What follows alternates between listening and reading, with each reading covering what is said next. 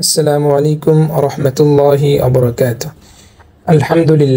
আলহামদুলিল্লাহি আহমাদুহু ওয়া আস্তাঈনুহু ওয়া আস্তাগফিরুহু ওয়া আস্তাহদিহি ওয়া উমিনু বিহি ওয়া লা আকফুরুহু ওয়া উআদি মান ইয়াকফুরুহু ওয়া আশহাদু আন লা ইলাহা ইল্লাল্লাহু ওয়াহদাহু লা শারীকা লাহু ওয়া আশহাদু আন্না মুহাম্মাদান আবদুহু ওয়া রাসূলুহু। সমস্ত প্রশংসা সেই প্রতিপালকের জন্য, যিনি আমাদের আজকে একটি নতুন বিষয় নিয়ে আলোচনা করার তৌফিক দান করেছে। আজকের বিষয়টি হচ্ছে, কেন আমরা কোরআন শিখব, কোরআন শিক্ষা করা কেন আমাদের জন্য এত গুরুত্বপূর্ণ, এত প্রয়োজন। তাহলে চলুন বিষয়টি আলোচনা করা যাক। কুরআনুল কারীম বিশ্ব মানবতার জন্য এক অফুরন্ত নিয়ামত। আল্লাহ তাআলার বড়ই মেহেরবানি যে তিনি আমাদের ওপর কোরআন অবতীর্ণ করেছেন। কোরআনে বলা হয়েছে, বড়ই মেহেরবান তিনি, যিনি কোরআন শিক্ষা দিয়েছেন, অর্থাৎ মহান আল্লাহ তাআলা আমাদের কোরআন শিক্ষা দিয়েছেন। সূরা আর রহমান 1 নং এবং 2 নং আয়াত। কোরআন এমন একটি কিতাব যার মাধ্যমে আরবের সেই বর্বর জাতি সৌভাগ্যবান জাতিতে পরিণত হয়েছিল। রাসূলুল্লাহ সাল্লাল্লাহু আলাইহি ওয়াসাল্লাম কোরআন দিয়ে পৃথিবীর সর্বশ্রেষ্ঠ মানুষ তৈরি করেছিলেন। তিনি বলেছেন, বিশ্ব মানবমণ্ডলীর মধ্যে সর্বশ্রেষ্ঠ হলো আমার যুগ। সহিহ বুখারী 2652 নং হাদিস। কোরআন মাজিদের বেশ কিছু হক রয়েছে যেগুলো আদায় করা আবশ্যক। এর অনেকগুলো হক এমন যে কেউ যদি তা আদায় না করে, কিয়ামতের দিন নবী সাল্লাল্লাহু আলাইহি ওয়াসাল্লাম তার বিরুদ্ধে আল্লাহর দরবারে অভিযোগ করবেন। কোরআনে বলা হয়েছে, আর রাসূল বলবেন কিয়ামতের দিন, হে আমার রব, নিশ্চয় আমার জাতি এই কোরআনকে পরিত্যাজ্য গণ্য করেছে।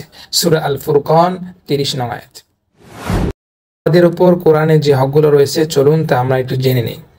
1 নম্বর হক হচ্ছে ঈমান আনা। 2 সহিভাবে পড়তে জানা।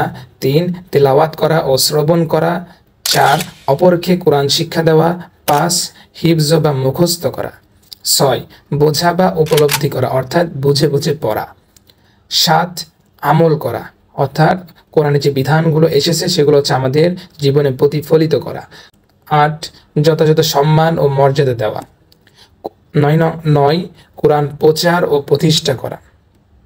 যেহেতু আজকে আমরা আলোচনা করব কেন আমরা কোরআন শিখব, কোরআন শিক্ষা করা কেন আমাদের জন্য এত প্রয়োজন, তাই আমরা 2 নম্বরটা নিয়ে আলোচনা করি, অর্থাৎ সহিভাবে পড়তে জানা। কোরআন শিক্ষা করা ফরজ করা হয়েছে। প্রত্যেক মুসলিমকে কোরআন পড়া জানতে হবে, কেননা কোরআনে বলা হয়েছে, ইকরা বিসমি রব্বিকাল্লাযী খলাক, পড়ো তোমার রবের নামে, পড়ো তোমার প্রভুর নামে, যিনি সৃষ্টি করেছে। রাসূলুল্লাহ সাল্লাল্লাহু আলাইহি ওয়াসাল্লাম কোরআন শিক্ষার নির্দেশ দিয়ে বলেন, তোমরা কোরআন শিক্ষা করো এবং তা তেলাওয়াত করো। কোরআন তেলাওয়াত করা কোরআনের অন্যতম হক। কোরআন মাজিদের নির্দেশ দেওয়া হয়েছে, এভাবে তোমার প্রতি যে কিতাব ওহী করা হয়েছে তা থেকে তেলাওয়াত করো। সহিভাবে কোরআন তেলাওয়াত করতে হবে, তেলাওয়াতের আদবগুলো রক্ষা করতে হবে।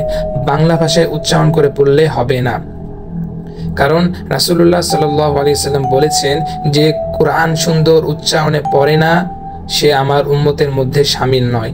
আমি আবারও রিপিট করছি, যে কোরআন সুন্দর উচ্চারণে পড়ে না সে আমার উম্মতের মধ্যে শামিল নয়। সহিহ বুখারী 7527 নং হাদিস। অর্থাৎ ধীরস্থিরভাবে তেলাওয়াত করার নির্দেশ দিয়ে কোরআনে বলা হয়েছে, অর্থাৎ ধীরস্থিরভাবে কোরআন তেলাওয়াত করার কথা, কোরআন তেলাওয়াতের নির্দেশ কোরআনে দেওয়া হয়েছে।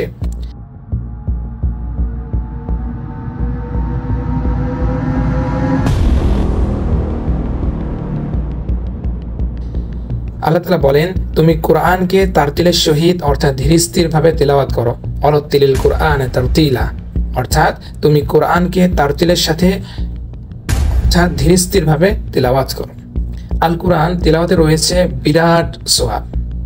আব্দুল্লাহ ইবনে মাসউদ রাদিয়াল্লাহু আনহু থেকে বর্ণিত, রাসূলুল্লাহ সাল্লাল্লাহু আলাইহি ওয়াসাল্লাম বলেছেন, যে ব্যক্তি কোরআনের একটি হরফ পাঠ করবে তাকে একটি নেকি প্রদান করা হয়, প্রতিটি নেকি 10টি নেকির সমান। আমি বলি না যে আলিফ লাম মিম একটি হরফ, বরং আলিফ একটি হরফ, লাম একটি হরফ এবং মিম একটি হরফ, অর্থাৎ আলিফ লাম মিম পড়লে তোমার 30টি নেকি হবে। কোরআন তেলাওয়াত শোনা এবং তেলাওয়াত করা এটা অনেক গুরুত্বপূর্ণ। আব্দুল্লাহ ইবনে মাসউদ রাদিয়াল্লাহু আনহু বলেন, রাসূলুল্লাহ সাল্লাল্লাহু আলাইহি সাল্লাম আমাকে বললেন, তুমি আমাকে কোরআন পড়ে শোনাও। আমি বললাম, আপনার উপর কোরআন অবতীর্ণ হয়েছে, আমি আপনাকে কিভাবে কোরআন শোনাবো? তখন তিনি বললেন, আমি অপরের নিকট থেকে কোরআন শুনতে ভালোবাসি।